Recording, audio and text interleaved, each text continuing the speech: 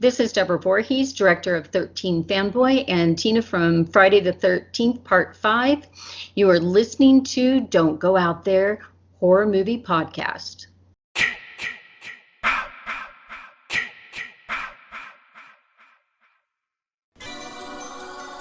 In a world where zombies, ghosts, serial killers, and vampires all exist, it's Nico, Brian, Mike, and Dustin, and they are all that stand between you and the films that could end the world. Welcome to the Don't Go Out There Horror Movie Podcast. Welcome back, everybody, to the Don't Go Out There Horror Movie Podcast. Just want to thank all of our fans and listeners. Really appreciate the support. You guys are awesome. Before we get into tonight's film review, just want to give a quick shout out to our website, don'tgoouthere.com. Everything about our podcast is on the website. All of our episodes and interviews, if you want to check those out. We've done some incredible interviews in the past. Go check them out there in a specific tab by themselves so you don't have to scroll through hundreds of episodes on Apple or Spotify, etc. We also have our store if you want to grab a shirt, a mouse pad, a hat, all that good stuff. We'd love to see your pictures, rep your favorite podcast. And Shan's Etsy page is also attached if you want to grab a tumbler. All of our social media links are on there as well. Facebook, Twitter, Instagram, YouTube, TikTok. Like us, subscribe us, follow us, all that good stuff. And the last thing I want to shout out on our website is our Patreon. We call it Blood Donors.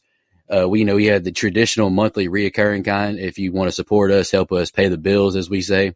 Or if there's a movie you want us to review, that option is available as well.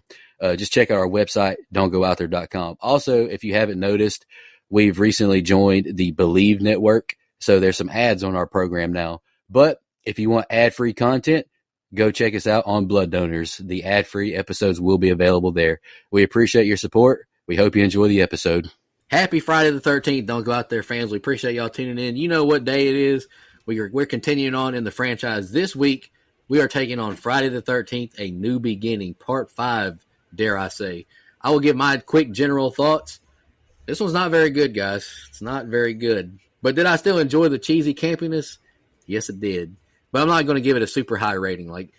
It's got some problems. It's got some really big problems, and we'll all talk about it. But it's not one that I'll skip. I haven't watched the entire franchise one sit through in long time, but I wouldn't skip over 5 if I was doing it. You know what I'm saying? I would still watch it. But anywho, Brian, what are your thoughts on that? You're making some weird faces. I don't know how you feel about it. No, I'd skip it. Listen, on this little retread that we've done over the last couple of years, working our way from the start of the Friday franchise, I think it's been very good to me. I've given all the franchise very high scores, starting with the first one that I used to not love, but my eyes have been opened. I've gone, I think, 7, 8.5, 8, and 8.5. But that trend stops here. I think this one is absolute butt juice. I do respect trying to reinvent the franchise and do something different. I applaud the look into trauma and mental health from a horror movie attack, by a killer for really the first time in a slasher at this point. But shout out to the friend of the show, Deborah Voorhees. Interview, don'tgoouthere.com. She's the best part of this movie. But yeah, I don't like this one at all. It's going to be last in my rankings of 1 through 5 by a large margin.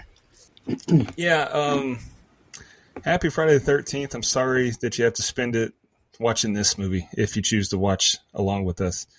This is not a good one, man. If I was doing a watch through, I agree. I would pull Shannon Sharp in a heartbeat. Skip! No. That was what you could have went a lot of different directions with the Shannon Sharp thing. Oh. Skip! But yeah, this movie it sucks, man. There are some good things, and I'll call those out as we get to them. But as a whole, this movie is just garbage. There's terrible acting. There's bad characters. And, hot take, the twist doesn't even bother me. It's the other things that make this movie suck. So it is what it is. We're getting out of the way so we never have to watch it again, hopefully. This one set the seed. It planted the foundation for the best Jason movie. You got that right. In my opinion. Wait, you just said the other day Freddy vs. Jason's the best. I'm talking Or about is that- strictly Friday the 13th Jason movies. Oh, okay. Yeah, no, I feel you. Okay. Yeah. So as far as how I feel about this movie, look, is it great? No. Is it a worthy Friday follow up? No, I don't think so. It's definitely got its fair share of issues, and I can understand if you're someone that's a like diehard Friday the 13th guy, like I am a diehard Halloween guy. I can totally understand this movie not being one that you find favorable. And it's not great, right? It's got a lot of problems. I think the script is pretty rotten. Some of the acting is very cheesy 80s. But, I can have a fun time with it. Like, it's objectively speaking, if you looked at this movie as a horror comedy, I think it works. Even if you didn't include the Friday part, if you just did like a fun, 80s style slasher movie, this movie would work and would probably be a little better without that Friday the 13th label, A New Beginning. Some of the ideas that it was going for towards the end, with Tommy Jarvis potentially becoming the new killer, that it didn't follow through with, I think would have been a lot better than what we ended up getting with Roy as the killer. And so, yeah, I mean, it's a mixed bag. There's some really hilarious parts, some funny stuff, but overall, I don't think it's a very good movie. And by the end of it, I was kind of ready for it to be over. It feels like the middle part of a trilogy to me, 4, 5, 6, the Tommy Jarvis timeline. And so, yep, I think it's, again, if they, a lot like Halloween 4, had they followed up and did the right thing by switching the killer, I think it would have been a lot better. Absolutely. All right, you guys ready before we jump into this scene by scene? You guys got anything else? I'm ready. All right, we open up in the pouring rain with a 12-year-old Corey Feldman as Tommy Jarvis, and he's visiting the grave of Jason Voorhees. He hears two young punks who dig up the grave, unleashing the man, the myth, the legend, who springs to life, killing both of the teenagers. Jason's gaze turns to Tommy as he removes the machete from one of his victims, approaching Tommy and slashing us into, not a title card, an older Tommy, who is now a teenager, who's waking up realizing it was just a dream. Tommy is in the van from the Unger Institute of Mental Health, and we head to the title card. We pull into the Pinehurst Youth Development Center, where Tommy is brought into Matt Peters' office, where the doctor explains that the clinic is run on an honor system, with the intention of preparing the patients to re-enter society. We and Tommy then meet young jokester Reggie, who reminds us of Tommy at that age from the last movie. Reggie explains his grandfather, George, works at the house, and we hear sirens pulling up outside. Yeah, I love that the movie starts off with action. A chase scene, there's an ominous atmosphere, it's rainy, we got a Friday the 13th score going. I like that. Like, as soon as you hit play, you're in it. We see Corey Feldman back from part 4. He was supposed to star in the film, but was busy doing the Goonies. He was recast, and it's not known why they chose a much older version of Tommy Jarvis per the producers. Yeah, I don't get it either, man, because he was just a kid a few minutes ago.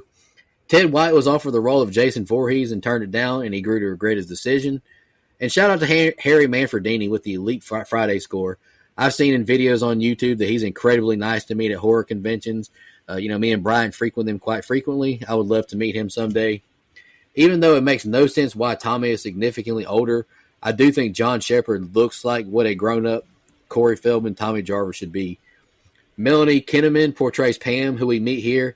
I have nothing profound to say except she left me on red on Instagram with my interview request many moons ago, and that shit hurted. Shavar Ross is a great addition to this movie as well. I loved him on the show Different Strokes, and he brings an energy and a mood to this movie that I think is charming. I really like him as Reggie.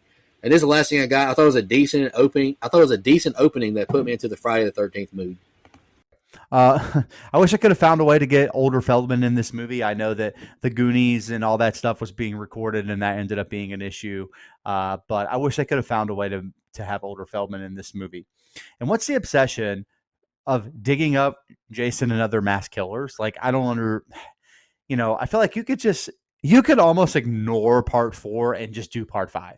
Like, I feel like that's objectively better than this constant, thing where now Jason Voorhees is dead.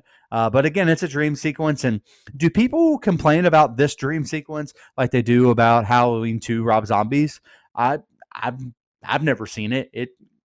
It starts out great, and then you're like, oh crap, it's a dream from Tommy Jarvis. So just an interesting, parallel that I found there. No recap. Who are these cowards? Who made this movie? How will I remember what happened in part 4 without an opening recap? I don't care what you guys say. Necessary to the lifeblood of the Friday franchise. What's wrong with you guys? Pam Roberts. Call me sometime. Whew. Anyway, I actually don't hate the idea to put the Jarvis character in this situation at an institution. I think from a writing standpoint, it makes sense. It would make sense that he has this trauma. Laurie Strode / Jamie Lee Curtis's favorite word, this generational trauma from the events that happened when he was a younger kid.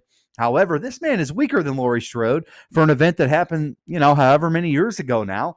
They were ahead of their time covering this trauma way before David Gordon, listen to me, David Gordon Green and Jamie Lee Curtis did. So ahead of their time.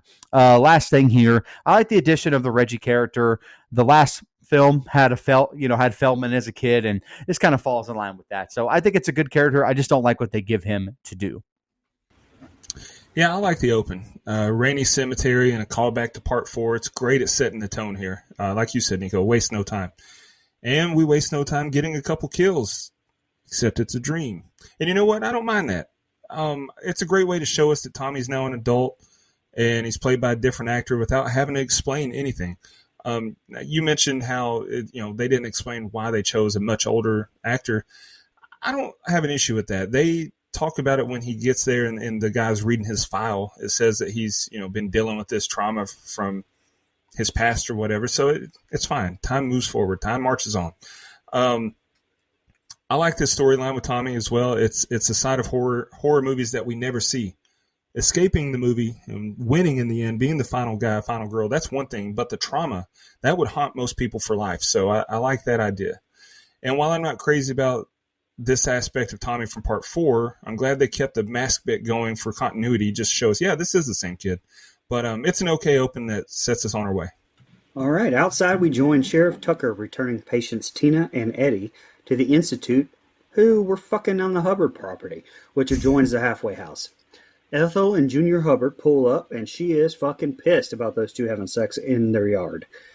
The sheriff asks about Tommy, and we cut to Vic, who is hacking at some wood, like Dustin would say, a wood chopper from way back. We meet Joey, Robin, and Violet, played by Tiffany Helm, who wants $150 for the interview, by the way, if you were to ask. After pissing off Violet and Robin, Joey goes to aggravate Vic, who has had enough of his shit, and turns his axe to him, resulting in a murder as he chops up Joey. Vic is arrested by the police, and ambulance attendants Duke Johnson and Roy Burns come to take away the corpse. We cut to night where greasers from The Outsiders, Vinny and Pete, are trying to fix a car that is broken down. Pete leaves to go take a Mike Settle in the woods, leaving Vinny to get dispatched by Jason with a road flare in the face. Pete returns, walking by a seemingly normal scene of Vinny unconscious in the engine because he walks right by him like is normal, resulting in a throat slash from the back seat. We cut back to Tommy, who is thinking about the murders from the last movie, clearly needing an ibuprofen, maybe a Xanax, as he hallucinates the J-Man behind him in the mirror and spills his pills everywhere. At breakfast, tensions are high from Joey's death, and as Tommy is asked to get Eddie, he busts through the door wearing one of his masks. Yep, and we now meet the beautiful Miss Deborah Voorhees. She's a very sweet lady. Go check out our interview with her at don'tgoouthere.com. And speaking of a charming presence on screen, Ethel, this lady is hilarious, telling her son to shut the fuck up, Junior, and threatening to blow the kid's brains out. Dude, that was hilarious. I love Ethel.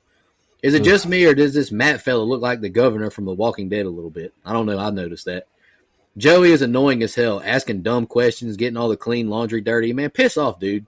And now he's pestering the roid rage tweaker. Joey was annoying, but he didn't deserve to be slaughtered. Good Lord. But this mental institution, you should be ashamed of yourself. Who's running this place? The Haddonfield Police Department? They weren't watching this guy at all. You got to know this guy is unhinged. This EMT popping his gum, calling everyone pussies is wild. Bro isn't even in the slightest bit professional. I appreciate the movie keeping its Friday approach with Jason killing anyone he comes across, but it's not Jason, it's Roy. Why is he killing these two random guys with a broke down car? The rabbit jump scare, man, if you know me, you listen to this show, I hate those fake jump scares. We get a couple of these in this one. How does Bro get killed with a road flare to the mouth? Less survival instincts than Aurora from In a Violent Nature. Pathetic. Like, how do you... Come on, man. Why is this guy yapping so much trying to crank the car? And how didn't he notice that Vinny was laid out in the hood? Like, not a fan of this scene at all. It's all fluff and just not believable to me. I say this respectfully, but this man, John Shepard, is yoked. Good for him. This man has got his protein, macros, all that shit figured out. Weird interaction with Grandpa and Reggie. Reggie tweaks because he didn't get a definite answer to meeting his brother later. There's an awkward embrace between them. I don't know. It was just a little bit strange.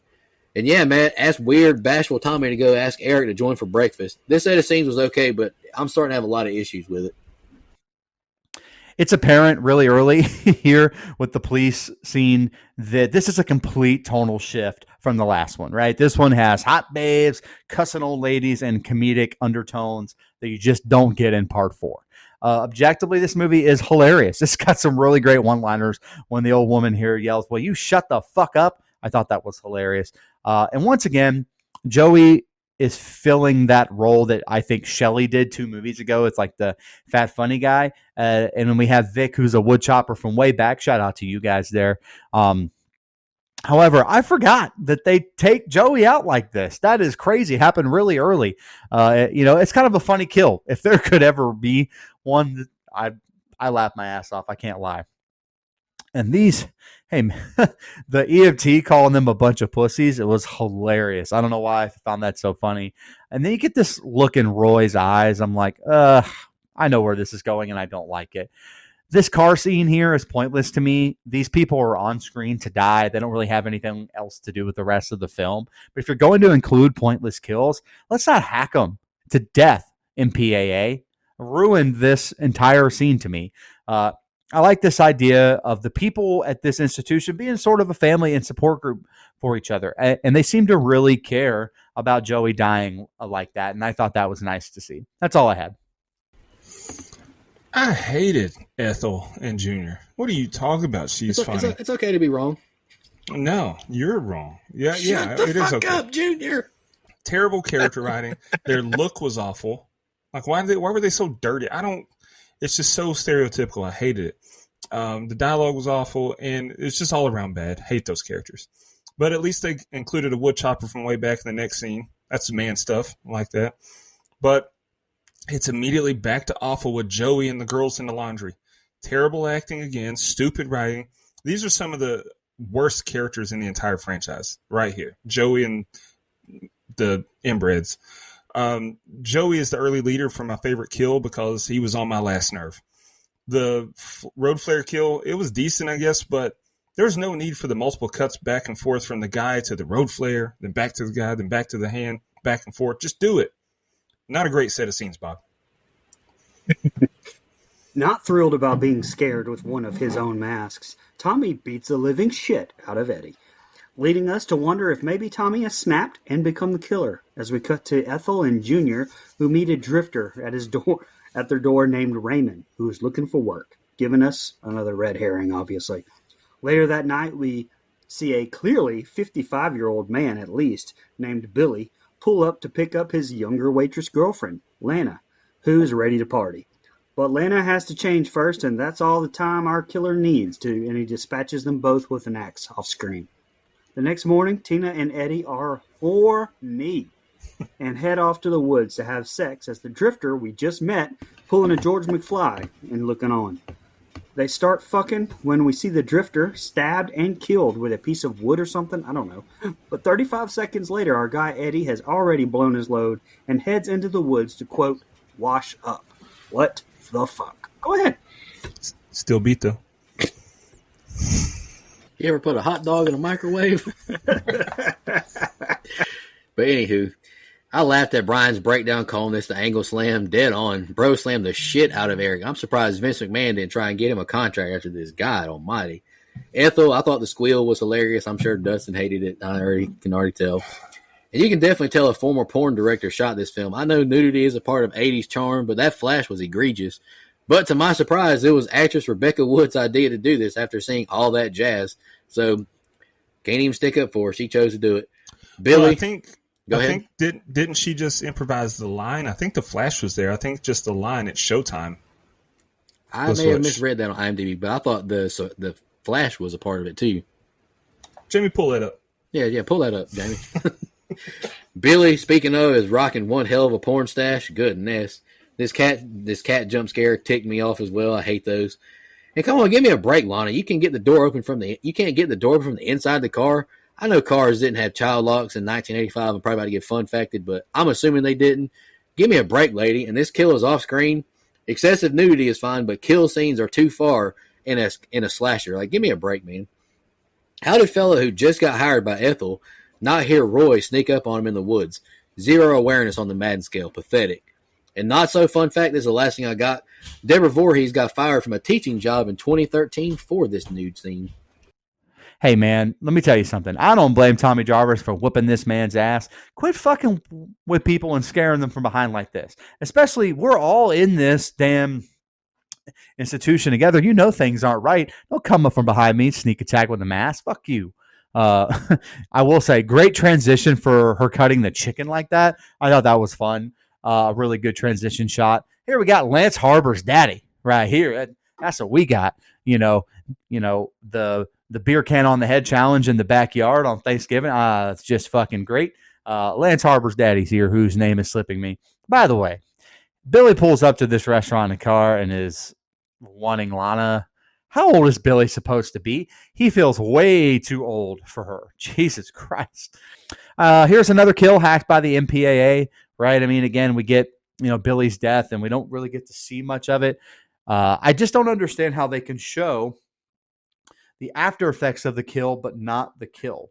What's the difference there? As far as people seeing it, don't understand. One of the smart writing choices that this movie actually does, and it's a little bit of a tip off if you don't know the end, where anytime that Tommy Jarvis hallucinates, he sees Jason's mask, which has those red marks. Anytime we see Jason in this movie, it's got the blue marks. So I thought that was a nice, subtle thing to do to kind of, throw us off. It looks like Jason, but there's something off about that mask. I think that's a fun idea in theory. Now, listen, man, you couldn't find anywhere better to fuck. Really? In the middle of the woods? I mean, I know they're not aware they're in a horror movie, but Jesus Christ, nowhere? Even in a horror movie, this seems like the worst place ever to have sex. And look, if I'm this guy that creeps up on them, having sex, I would just enjoy the show because, these are a nice pair. Anyway, those soft-core porn chops of the director were working overtime in this movie. It's basically a comedic soft-core porn with Jason Voorhees in it. Anyway, that's all I had. I just looked it up. I think she came up with the whole thing. You were right, and I was right. Like the whole thing and the showtime was her idea. Anyway, I did love it when Tommy hit John Cena's finisher, the attitude adjustment through a table. Best part of the movie by far. But then we go back to the Nasty Hillbillies, and again, I say I hate their characters. Not only are they poorly written, but they're some of the worst acted characters in the franchise. Good foreshadowing when the deputy says they got a maniac on the loose, and we cut to Roy closing the door on the car, like that. Another huge negative, stupid cat jump scare. You mentioned the one earlier, Nico. Good night, man. I just hate them. They do a good job here with the next kills and making us think it's Jason. Teens having sex, not on his watch, except it's just that old pervert watching, and he gets killed. But overall, it's still not great. Yeah, and Junior, man, the costume department, we got to talk to him if we get him on here because they try to make his teeth dirty, but they're like really white all the way around, except they're like one little piece of black. Looks like he's got some liquor stuck in his teeth or something. Well, it's just not realistic looking. In his fight scene with Tommy later, I think he's got braces. Like, you're telling me you can't afford a bar of soap, but you got braces? No, I didn't notice that. That's funny. We see friend of the show, Deborah Voorhees, Tina, laying in all her glory on a sheet after the poor wienering when a pair of garden shears appear out of nowhere and kill her off screen. We cut back to Eddie, who is in a rock throwing mood, apparently, as he throws a few into the lake, apparently not hearing Tina's death scream, and being in absolutely no rush to head back, even plays with some sticks on the way back, where he finally finds Tina missing a few eyes. He's grabbed by our killer, who uses a piece of leather and a stick to dispatch Eddie. We cut to later that evening as Pam drives Reggie to see his brother Demon, taking Tommy along for the ride. Tommy goes even though he looked super busy just leaning on that tree. Tree leaner from way back, our guy. We meet Demon, who is busy eating enchiladas, and probably his girlfriend Anita as well, in the back of his van. We cut to Tommy, who is being bullied by the idiot Junior, so you know you're down bad when that's happening. But Junior attacks him, and Tommy goes ape shit and beats his ass with some fucking Mortal Kombat moves, stopping just short of killing him with the super death punch like on Bloodsport. Demon has the case of the bubble guts and heads to the outhouse, where our killer stabs him with some sort of iron. Back at the house, we learn everybody is missing, and Pam takes off to go looking. We cut to the Hubbards, where Junior is doing donuts in the yard when he runs into a swinging butcher knife and loses his head, as we see Ethel killed as well. We cut back to Pam, who runs out of gas and leaves the truck on foot. Yeah, y'all bear with me. This is the most I have on a set of scenes. These two kills have always been so gnarly to me. First up, the garden shears to the eyes. That's an awful way to die, but again, I ask, how doesn't she hear someone walking in the woods up from a good distance? Like, come on. Maybe that Wiener was better than we thought, Brian. Maybe she's in that post-nut euphoria. I don't know. Giving Deborah some props. Her scream is elite. I don't think it gets enough credit. I thought she gave a really good scream. Eric's facial reaction to seeing Tina was hilarious to me. I laughed. I don't know why, but that was just not a believable way to react to seeing that. But to me, Eric has one of the worst deaths in the franchise. His belt wrapped around the eye scene and head crushed is awful. And I think definitely in a violent nature was inspired by that kill and the kill they used. Love Harry Manfredini, but is this Loud's Friday score? Is it necessary while they drive to Demon's place? I don't know. I mentioned that in our Dangerous Animals instant reaction. I do think horror movies, they use the score a little too much sometimes. I don't care if you love or hate this movie. Miguel Nunez as Demon is one of my all-time favorites in this franchise. He's a great horror side character that steals the show. Reggie as well. Bro has risen up his brother's girl. Hell yeah, brother. Him calling Pam his girlfriend was hilarious as well. Dude, Reggie's got riz, man. I like this kid. Junior picked the wrong dude to mess with. Tommy Jarvis is laying the smack it down all over his candy ass. He kicks this dude's ass. Holy moly. Like, he beat the shit out of that man. And Reckless is a cool nickname. If I was Shavar, I'd have kept that nickname forever, to be honest with you. Damn enchiladas. You say those two words around any horror fan, and they instantly know what you're talking about. Love it. Another iconic scene with Demon. Ooh, baby. Ooh, baby. But again, I asked, why is Roy killing them? He took this shit personal, didn't he? Demon and Anita didn't do anything except just eat some enchiladas and smoke some of the devil's lettuce. Like, give him a break. Reggie, how you going to ask Pam where Gramps is? You were with her the whole time. How the fuck would she know, man? And Junior is another standout fun character. I know Dustin just cringed hearing me say that. He's annoying as hell, but in a fun way to me. His decapitation scene with the meat cleaver is iconic. And about time you fuck Wad. Ethel is hilarious. She should have been the final girl. I'm just kidding. But what the hell is in this stew, though? Are those flower petals? Like, what is those pink things in there? Like, I'm not eating that stew. And here's the last thing I got. I haven't said this yet, but that blue truck is fire. I've learned that if I ever get Mike Settle wealth, I'm buying a rig like that. That, Herschel's truck, and whatever that red Mustang is we saw last week. I will say this garden shear kill would have been great, but we could not see it. It annoys me, and I'm going to point it out every time. I don't care how repetitive I am. They hacked this, or the one that I watch, and I own the Blu-ray, which is very rare for me, but I own this film, and I hate how they hacked this kill. God, it would have been great. Sad to see a girl like this, because, again, great pair. But, again, who cares about his death? Well, I only cared about what happened to her. Anyway. That's a Boy Meets World reference. Look, we haven't had a ton of Tommy Jarvis story yet, though, right? We keep having these random side quests and kills that don't really tie in to the rest of the film. All right, I guess. We just haven't had a ton of Tommy Jarvis yet. Look at my man, Miguel Nunez Jr. Joanna Man. Great comedy. You should also check out. It probably doesn't age well, but I thought it was hilarious. By the way, Why does Pam stop Tommy here? That guy that was fucking with him deserved to have his ass kicked. Let him get out his aggression a little bit, man. These damn enchiladas. That was, this guy is me, except I didn't have enchiladas. I had wings and Rumplemans on Dustin's porch. This guy is me. Ooh, baby. Ooh, baby. Great song, and probably the most memorable thing from this film, if we're being honest. Now, I will say, she dropped a line here that I just have to bring up. Could you imagine if a snake bit your asshole via outhouse? My God, man. Just sounds like one of the worst experiences ever. We do know from South Park, he would immediately shit himself after he died in the first place. So sounds like he's going to make it just fine on the other side. He'll be okay.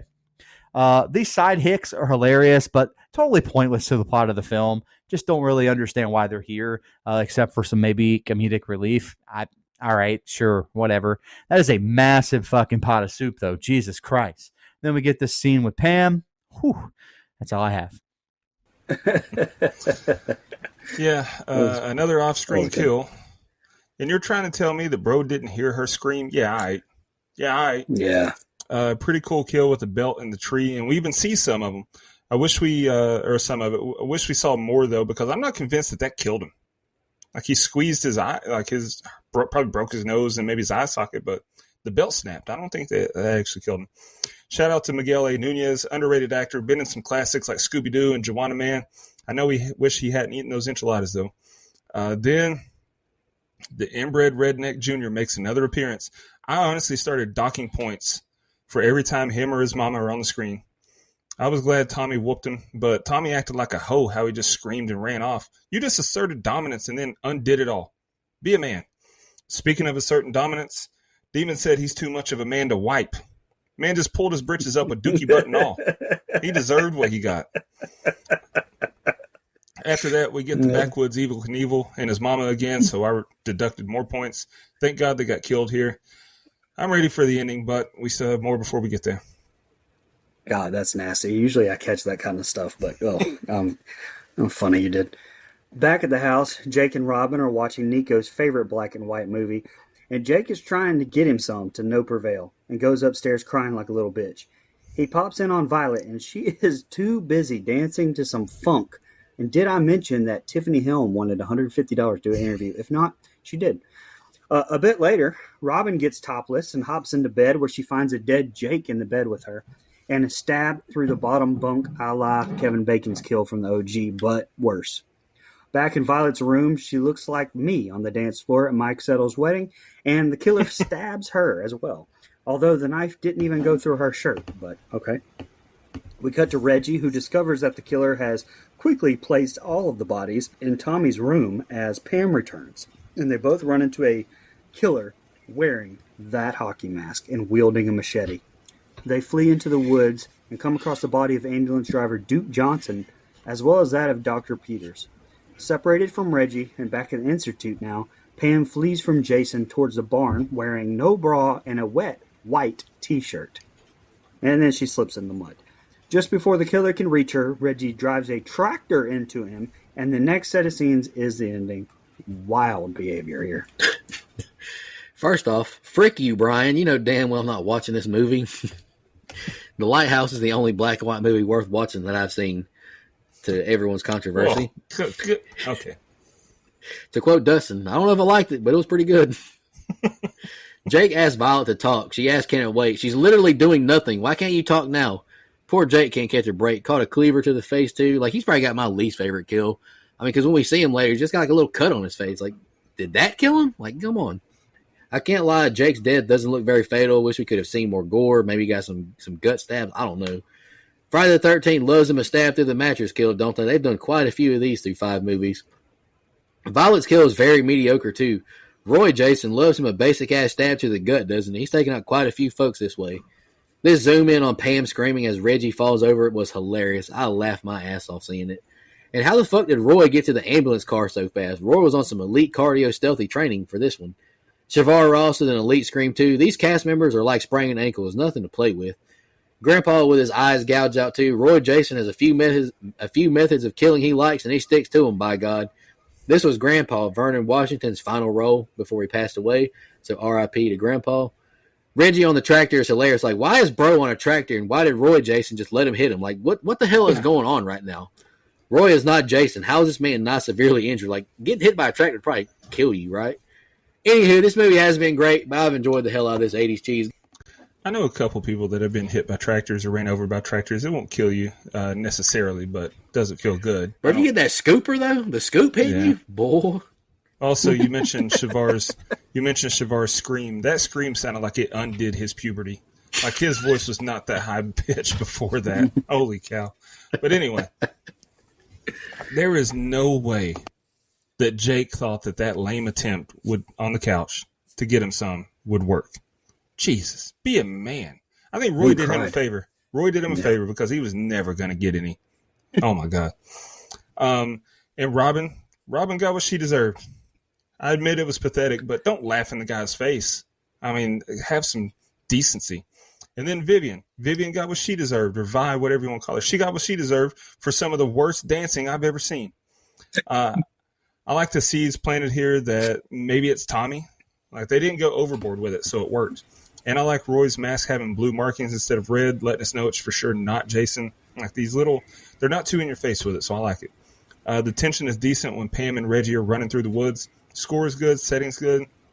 And just when we think we have a minute to catch our breath, Pops comes flying through the window. So I thought that was really well done. But all that's wrecked, all that good stuff is wrecked when he gets hit with a tractor. That thing is moving 2 miles an hour. Move, idiot. Oh, my God. I'm definitely ready for the ending now. Hey, before you go, Brian. Yeah, I mean, him getting hit by a tractor, it's funny as hell, though. Like, why he's driving the hell out of that thing. But anyway, man, I thought Jake was about to get lucky, though. Violet came in there, or not Violet, but the other girl. I can't even remember what her name is because she's basically Robin. When she went into the room, she's apologetic. She gets naked. Like, I thought she was about to, like, try and make up to the man. Yeah, but she laughed in his face. So if I'm him... Yeah, but if she puts them things in his face, it's okay. No, so if I'm him, now this is not me because I don't live this way anymore, but if that's me and I'm alive, obviously Roy hasn't killed me, and she comes in there all apologetic and wants to throw it at me, I'll take it, and then I'm going to cuss her out because you don't dare laugh in my face. Now, shout out our lady listeners. That's when you start whooping that thing, and when she's like screaming, that's when like, yeah, you ain't going to laugh in my face again, are you? Damn. Bang. All right, here's the ending, guys. Reggie and Pam hug over the killer's unconscious body until... Dude, I'm still laughing at Dustin saying, that thing was moving 2 miles an hour. Reggie and Pam hug over the killer's unconscious body until he wakes up and grabs their hand before eventually fleeing into the barn. Pam, in her wet white t-shirt, go toe-to-toe with the killer when Tommy enters the barn as well, but he freezes up and takes a slash to the chest before stabbing him in the dick and heading up the barn ladder. Twist his dick! Eventually, the trio are able to get him out of the window into a bed of spikes from a tractor, and his mask falls off, revealing it to be Roy Burns and not Jason Voorhees. At the hospital, Sheriff Tucker informs Pam that Roy was Joey's father, and deduces that the murders he committed were revenge for his son's death. Thank God Roy kept everything in his wallet that the sheriff needed. Tommy has a dream where he kills Pam, and then we see him wake up and put on Roy's mask that was in his bedside drawer, not in a evidence locker or anything like that. It was in his bedside drawer and presumably attempts to kill Pam in real life as well. And that's the ending. Yeah, let's just stand right next to Jason and within arm's reach. Come on, y'all. Haven't you seen any of these slashers by now? These were the only movies that were being made in 85. Like, give me a break, man. A nitpick we've all had, a chainsaw is loud as hell and doesn't start up with a button. You got to crank that Soldier Boy and it keeps running. That's not how business is done. Shout out to Tyler Labine. See how... I'm sorry. I did have that in my notes. I'm sorry. Uncalled for. See how Pam is having to crank the chainsaw again after a shut off? Come on, movie. Be for real. And Tommy encounters Jason again, and the moment gets way too big, pisses down both of his legs. Now isn't the time for a trauma response, brother. You need to man up. Clutch move, whipping out the old pocket knife to Jason's inner thigh. I thought that was clutch. But this man, Roy, is strong as hell. This man should be DEAD right now. He walks so Chad Meeks could run. My God. Roy's dumbass believes Tommy is dead. Come on, man. This guy's an idiot. And Pam put up next to no fight against Jason, but Reggie with an elite crossbody splash. Roy was dedicated. I'll give him that. Bald cap, killing literally everyone for no reason. I mean, just go after Vic if you're that ticked off. I wonder how fans reacted back in '85 when they found out it was a copycat Jason. I bet there were a lot of unhappy fans. I can't lie, I'm a little over Tommy Jarvis' nightmare sequences at this point, especially since the film's about to end with him wearing the mask and holding that knife at Pam. Man just snatched an IV out, no biggie. And why does he have that mask? Police would have gotten that. All right, like give me a break. And as this movie ends, all I can say is it made me appreciate Jason Lives so much more. Albeit I didn't despise this movie, but it wasn't good. Yeah, they do a good job throwing us off as to who the killer is here when we see the back of his head. Like we haven't seen any other bald guys in the movie, so either it is Jason or it's got to be Tommy, given his knack for mask making. So I thought that was well done. I can't tell you how hard I laughed when the chainsaw died because the score dropped out too, and it was hilarious to me. But then Tommy shows up throwing a curveball in our suspicions. Oh, it's not Tommy. Okay, there he is. And the dummy just stood there while Roy hacked him in slow motion. Give me a break. Most unbelievable thing in the whole movie is how Roy didn't scream when he was stabbed so close to the giblets. I mean, be a man goes out the window when you take damage in that area. No shot. We get more attention when Roy is trying to pull Reggie over the edge of the hayloft, and holy cow, they actually showed Roy's death. They showed the body hitting those spikes. Kudos. I'm okay with Roy being the killer and his motives. I know that's a hot take, but I think it worked fine for me. Plenty of other reasons to dislike this movie besides that, like the dumb false scare nightmare that follows the reveal, and it just wouldn't end. This movie should have been a good 5 to 10 minutes shorter than it was. No need to have Tommy do all that crap at the end. Thank God it's over. Roy. We haven't done that this episode. We haven't. I'm surprised we didn't. I was into our social media comments and questions. I'll knock out the gram first. Andrea Rowe 529 commented, never liked this one. It's my least favorite film out the franchise. And honestly, I think they could have done better with the movie. Just my opinion. Haha. With the shrug emoji, black heart, and an axe emoji. I don't think you're going to get much argument from us. It's not very good. So we tend to agree with you. And the last comment we got is from M. Roostone. Happy birthday, by the way, Meg. Shout out to Meg. Just here to say Friday is also my birthday. Sharing my birthday with a hockey mask legend, even if this particular entry in the franchise is not my favorite. Hell yeah. Shout out to Meg and Jason.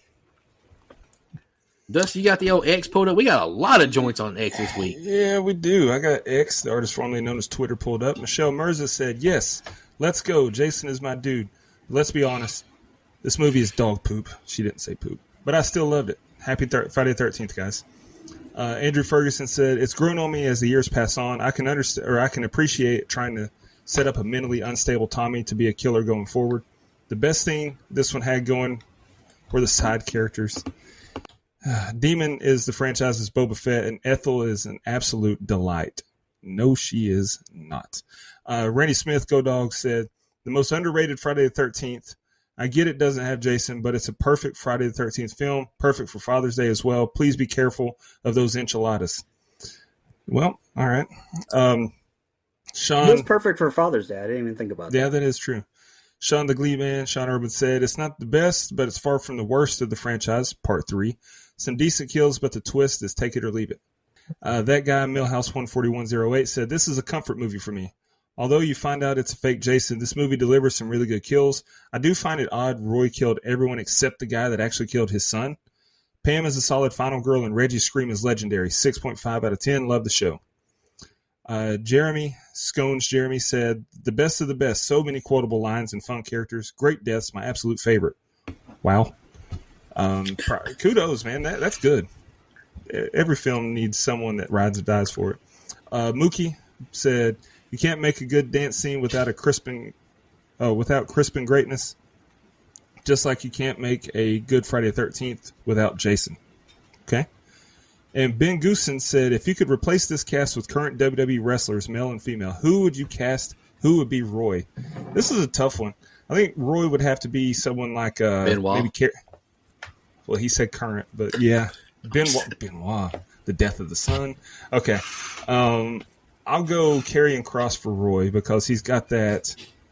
I think he could do it. Maybe he would be a better Jason Voorhees than Roy, but and then as far as the rest of the cast, I mean, I don't know. That's really tough. But I think Karrion Kross or maybe a Kevin Owens for a Roy.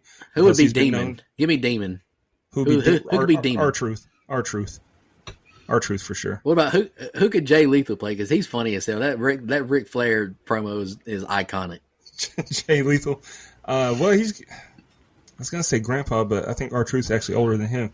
I don't know, but we can throw Jay Lethal in there somewhere. But Hey, y'all want to just like say yell woo at each other for like the next few minutes? Just kidding. oldest line, or no? What do you say? Longest line and the oldest ride. Yeah.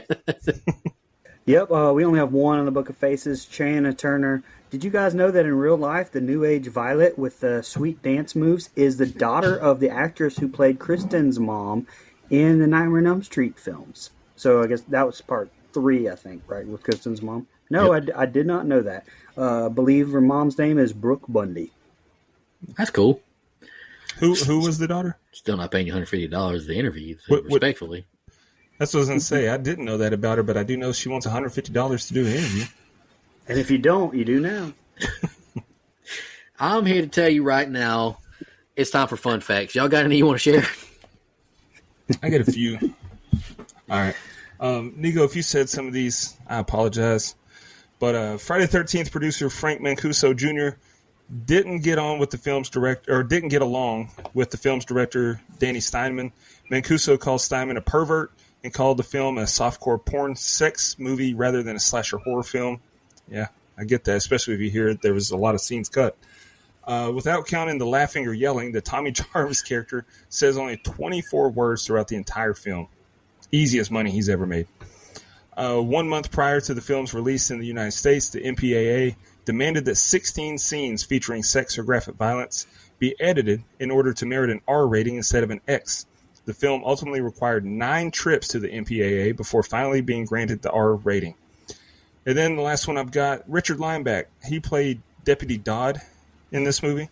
He plays a cop in another much better movie. He played Officer Boggs, a.k.a. Gordy's dad, in the elite wrestling comedy Ready to Rumble. Gordy, of course, was played by David Arquette. That's an elite pull. That's a good pull. Did y'all see the not fun fact, but how Deborah Voorhees, like that, her death scene where she had to be naked all day pretty much, and she Yeah. couldn't see because of the makeup over her eyes? Dude, that's crazy. Wasn't she also the one that was fired from her job as a school teacher? Yeah. Because the years nudity. later, the students got a hold of still images from this and were text messaging it back and forth, and they fired her. Yep. That was in 2013. That is- That's crazy. That's crap. That's some bull It's hockey. not her. It's not her fault. It's not like she's out there with OnlyFans. Yeah, I mean, this was from 85. Like, this is, Yeah. what, 20 years later? Over 20 years later? Yeah. Hey, come on, man. That's ridiculous. But, anywho, you guys are ready to jump into our favorite kill, least favorite kill, and the rating. Dust, you want to kick us off? Yeah, I'll go I already first. saw your letterbox score, so I already know this ain't going to be very good. Favorite kill. Early leader was Joey because I absolutely despise his character. But I went with Roy because, like I said, we actually got to see it. You know, they threw the dummy on the spikes and we got to see that. That was cool. Least favorite, Lana and Billy. We didn't see either death, and that whole scene was pointless and dumb. Hated it. As for the rating, final thoughts, some terrible acting and character writing, a Jason-less Friday the 13th movie, and just a bad movie overall. We did get more kills than any other movie in the franchise, though, and it had a few good tension-filled spots. I gave it a 4. Hey, you got to give it a 4, at least just for Miguel Nunez and Shavar Ross. I mean, they're elite. Yeah. Two of my favorite But like I characters. said, I deducted points every time that Mama and Junior were on screen. Looking forward to chatting with you, old Ron Sloan. Looking forward to that. Anywho, I'll Not his go. fault. I'll go ahead and go next, Brian. My favorite kill is Eric. Dude, that belt around the eyes, I think it would kill him. I think it crushed his skull, but it just looks horrible. Like, that would be a terrible, terrible way to die for me. My least favorite kill, I tend to agree with you, Lana and Billy. I get it. I'm going with Demon. That man did not deserve to die. That man was just eating some Mexican food, smoking some weed, Listen, he didn't visiting wipe his his brother. ass. You know what? That's because Roy Jason was fucking with him. He was scared. Be a man. Wipe. No. I think I know the reason that they got killed. Yeah, they were uninvolved. But they were, think about why Roy's doing this, to avenge his son's death. They were smoking the weed while that little boy was in the van with him. Secondhand smoke right in his face. So he's like, no. Be a better influence. You're dead. The marijuana. What would Stephen A. tell him? Stay off the weed. But anyway, let me go ahead and rate this joint. Not joint as in the one that Demon was smoking, but I thought the movie was not very good on this rewatch, but it's got a little bit, it's still got an 80s charm to me. It's got some good kills. It's got some bad kills. It's got some bad acting, but it's got some iconic lines like, damn enchiladas, like that. You could ask 100 horror fans, and I guarantee you 98 are going to know what they're talking about. I really just like a lot of the side characters, but I gave the movie a 5 1/4. Still not very good, though. Yeah. Oh, boy. How bad my is favorite this? kill was the flare kill at the beginning, man. I loved that one. The worst kill to me was the Drifter or Violet, where the knife didn't even stab through her shirt. Like I said in my start, I think that even if this was Jason and not Roy, it's a pretty terrible entry to me, in my opinion. The first bad one of the franchise, if you're watching it in order, to me. If you're a teenage boy looking to see boobies in the 90s, or in the 80s, it's a lot better than if you're wanting to, actually see a good slasher, in my opinion. I gave it a 2.5. Nice. Damn. I love that. I love that. Support cinema. This movie's over 40 years old. Don't have to support it anymore. That gives us a composite score of 4.375. IMDb has it at a 4.8. Letterboxd 2.3. Rotten Tomatoes. All right, I got something here. Rotten Tomatoes, just 17% thought it was a good movie. 17. That's too high. 4 critics of the 24 who reviewed it gave it a favorable review. Matthew Rosa, Fred Topol, Luke Y. Thompson, and Bullseye.com. That tells me everything I need to know about those critics. They like this movie, so nah, I ain't trusting them. Damn, all right. That's fair. I can't argue with what you guys said about it. But anyway, let's shout out our blood donors, and me and Dustin can announce our picks for next week. I'm going to review both of them. Blood donors, really appreciate y'all. Y'all take a huge burden off of us, help us pay these bills because it's rough out here in these streets. Mike Azelson, returning legendary blood donor, going to be doing his pick in a couple weeks. Shout out to old Mike Azelson. That's my guy. Camper level reoccurring Nina, the Horror Movie Crew podcast, Michelle Mirza, Steve Schmidt, and Matt from the UK. Appreciate y'all. Camp Counselor reoccurring, Edwin Hernandez-Gunn, Joe Swinford, Adrian Aiello, Brian Samick, Andrew Ferguson, Brooke Maley, Heather Superdoc, Jennifer Davis from Too Close to Home Pod, Dana Tucker, Cole McAlexander, Max K, Madison Arzola, and Casey Smith. Really appreciate y'all. Mean that sincerely. Take a huge burden off of us. We're going to be concluding our reviews for Never Seen a Month next week. We're going to be doing mine and Dustin's pick. I'll go with mine first. I have not seen 28 Days Later, and I thought it would be a great time to review this movie for the upcoming 28 years later. So I am excited to dive into it. I know it's a pretty popular zombie movie. It kind of introduced the running one, so I'm excited to jump into it. Dustin, what is your pick? I mean, are they even zombies though? The rage virus, they don't eat anyone. They just kill them. Infection, zombie movie. I get it. Yeah, no, I feel you. When you said, you kind of paused when you said, I have not seen, I had to bite my tongue. I was going to say a lot of movies, but anyway. I think I said it last week, but I picked a movie just because I was looking at an actress's IMDb when I was doing a movie grid. After I did it, I was like, what else has she been in? I was like, man, Charlize Theron, that's just a handsome woman. So we just concluded doing Dahmer, the show on Netflix, which is called Monsters. So I thought this fits in. It's about a serial killer, and the name of the movie is Monster from 2003. Charlize Theron, Christine Ricci, Bruce Dern. It's a good movie.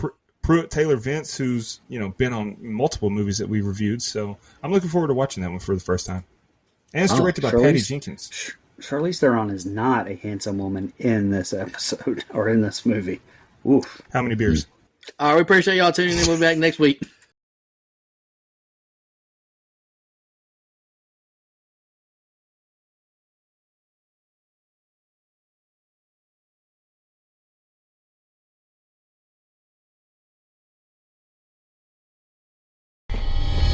Thank you so much, everybody. I'll see you next week. And in the meantime, take care of yourself. Just want to remind everybody.